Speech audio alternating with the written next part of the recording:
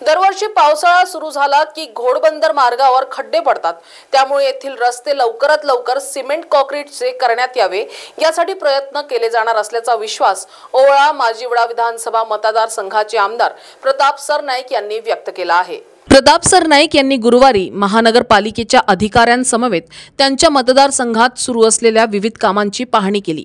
यात बाळासाहेब ठाकरे चौपाटी टप्पा क्रमांक 2, गायमुख, नागला बंदर, आगरी कुळी मैदान, मोघरपाडा उद्यान, वाघबीळ उद्यान, निळकंठ, संजय गांधी राष्ट्रीय उद्यान, निळकंठ ऑम्युनिटी, मातोश्री इंदिराबाई बाबूराव सरनाईक कॅशलेस हॉस्पिटल, ज्येष्ठ साहित्यिक कवी बाबूराव सरनाईक जिम्नॅस्टिक सेंटर, स्वर्गीय सिंधुताई सपकाळ तीरंदाजी प्रशिक्षण केंद्र आणि उपवन घाट आदींची पाहणी दौरा यांनी यावेळी केला आहे। यातील बहुतेक कामे अंतिम टप्प्यात आली असून पुढील महिन्यात मुख्यमंत्री एकनाथ शिंदे यांच्या हस्ते यातील प्रकल्पांचे लोकार्पण केले जाणार असल्याची प्रताप सरनाईक यांनी यावेळी सांगितले आहे। उपवन घाटही आता पूर्णत्वास आला आहे, याचेही लोकार्पण केले जाणार आहे।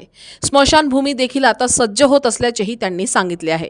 5 तरण तलावाचे काम देखील सुरू आहे। 3 ठिकाणी उद्यानांची कामे सुरू आहे। उपवन घाटावर आगळी वेगळी पंढरी सजविण्याचा प्रयत्न आहे आणि या ठिकाणी विठ्ठलाची 60 फुटाची प्रतिमा उभारली जाणार असल्याचेही त्यांनी सांगितले आहे।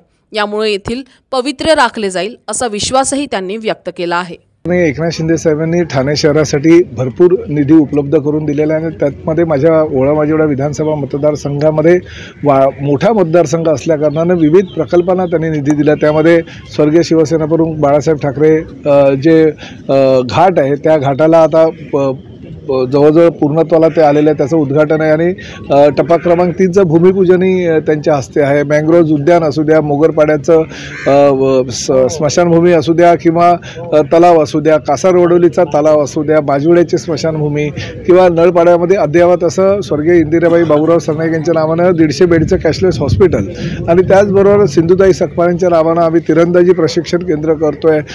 स्विमिंग पूल 5 स्विमिंग पूलचे काम चालू आहे। 4 फुटबॉल टर्फचे काम चालू आहे।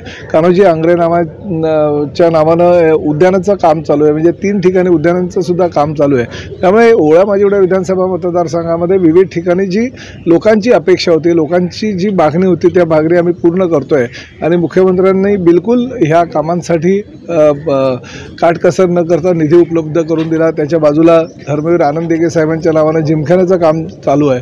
त्यामुळे ही सगळी कामं पुढल्या 2 ते 3 वर्षामध्ये पूर्ण होणार आहेत। पण त्याचबरोबर जी कामं आता पूर्णत्वास आलेली आहे त्याचं लोकार्पण पुढील महिन्यामध्ये माननीय मुख्यमंत्र्यांच्या हस्ते आम्ही करणार आहोत, जेणेकरून लोकांना ह्या सगळ्या वास्तू लगेच आता पावसाळ्यानंतर किंवा गणेशोत्सवानंतर वापरायला मिळणार। उपवन घाटावर एक आगळीवेगळी पंढरी सजवण्याचा आमचा प्रयत्न आहे। गोरगरिबांचा देव म्हणून विठ्ठलाची महंती पूर्ण जगामध्ये आहे आणि अशा विठ्ठलाचं एक 60 फुटाची प्रतिमा आम्ही ह्या ठिकाणी बसवणार आहोत, जेणेकरून प्रति पंढरी ह्या उपवन घाटामध्ये होणार आहे।